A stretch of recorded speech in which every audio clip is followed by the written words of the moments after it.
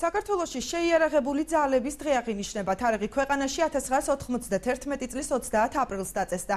23 წლის წინ საქართველოს მინისტრთა კაბინეტის განკარგულებით არმიაში გაწვევა ოფიციალურად დაიწყო. სწორედ ეს დღე გახდა ქართული ჯარის დაარსების ათვლის წერტილი. როგორ აფასებენ სამხედრო პირები ქართული არმიის განვითარებას და რატომ არიდებენ ახალგაზრდები სამხედრო სავალდებულო სამსახურის გავლას თავს? ლანა ძაძამი არკვევდა. საქართველოს შეიარაღებულ ძალებს დღეს 23 წელი შეუსრულდა. 30 აპრილი საქართველოს შეიარაღებული ძალების დღეა. ბათუმის ცალკეული ქვეითი მსუბუქი ბატალიონის მეთაური მაიორი ლევან ავლუხაშვილი ამბობს, რომ ეს არის დაბადების და ბედნიერების დღე სამხედროებისთვის. მიაჩნია, რომ ქართული არმია ყოველდღიურად ძლიერდება და მზადაა პასუხი გასცეს ნებისმიერ გამოწვევას. 30 აპრილი ჩვენთვის, როგორც სამხედრო მოსამსახურეებისთვის, ეს არის დაბადების დღე და ბედნიერების დღე, იმიტომ რომ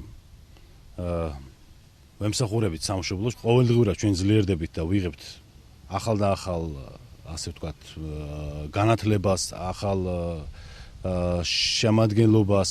მზათა ვართ პასუხი გავცეთ ნებისმიერ გამოწვევას. მაიორი ავღანეთში საქართველოს შეიარაღებული ძალების სამშვიდობო მისიებსაც გამოეხმაურა. ლევან ავლუხაშვილის თქმით, ეს არის საქართველოს უსაფრთხოებისა და ნატოში ინტეგრაციის მყარი გარანტი. ამავდროულად კი ქართული არმია მიიღებს უდიდეს გამოცდილებას ნატოს პარტნიორ ქვეყნებთან ერთად. ავღანეთის მისიები და სხვადასხვა ნატოს მისიები, სადაც მიიღებს მომავალში ალბათ ქართული არმია მონაწილეობას, ეს იქნება გარანტი საქართველოს უსაფრთხოებისა და პირველ რიგში რაც მთავარია, ჩვენი პირადი შემადგენლობა, ჩვენი არმია მიიღებს უდიდეს გამოცდილებას ნატოს პარტნიორ ქვეყნებთან ერთად ამ საბრძოლო მოქმედებებში.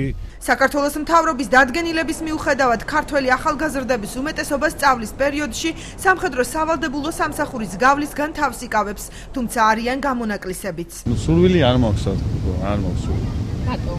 რავი, აბა, მე სხვა პროფესია მაქვს და არ მაქვს რა იმის სურვილი ნამდვილად რომ ჯარში წავიდე და რაღაცა, მაგრამ ყოველი ქართველისთვის სავალდებულოა რომ ანუ ჯარი მოიხადოს. მე ვაპირებ.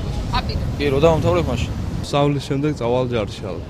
ფიქრობ რომ წავალ. მინდა წასვლა. საქართველოს შეიარაღებული ძალების დღე ქართველ სამხედროებს თავდაცვის მინისტრმაც მიულოცა.